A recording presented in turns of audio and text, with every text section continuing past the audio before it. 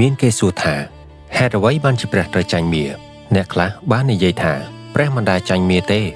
តើព្រះពិតជាទន់ខ្សោយមែនទេតាមពិតទៅមារឈ្នះដោយការប្រើភ្លើងគឺកំហឹងនិងហិង្សាឯព្រះវិញទ្រង់ឈ្នះដោយប្រើទឹកគឺសេចក្តីស្ងប់និងអំពើល្អ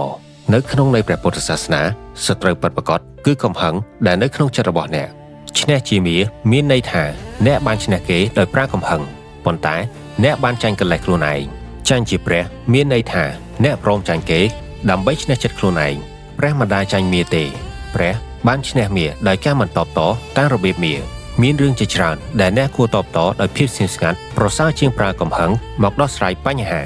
ការប្រើវិធីតបតរបៀបមារដើម្បីយកឈ្នះមារបែបនេះបើសង្កេតមើលធម្មតាគេនឹងសង្កេតឃើញថាយើងពិតជាឈ្នះមារហើយប៉ុន្តែបើសង្កេតមើលឲ្យបានស៊ីជម្រៅគេនឹងសង្កេតឃើញថាយើងក៏មិនខុសពីមារដែរយកឈ្នះមនុស្សអាក្រក់ដោយប្រើអំពើល្អទើបហៅថាជ័យជំនះពិតប្រាកដដោយពាក្យចាស់លោកពោលថាឈ្នះមនុស្សដទៃរាប់ម៉ឺនដងមិនស្មើឈ្នះចិត្តខ្លួនឯងបានម្ដង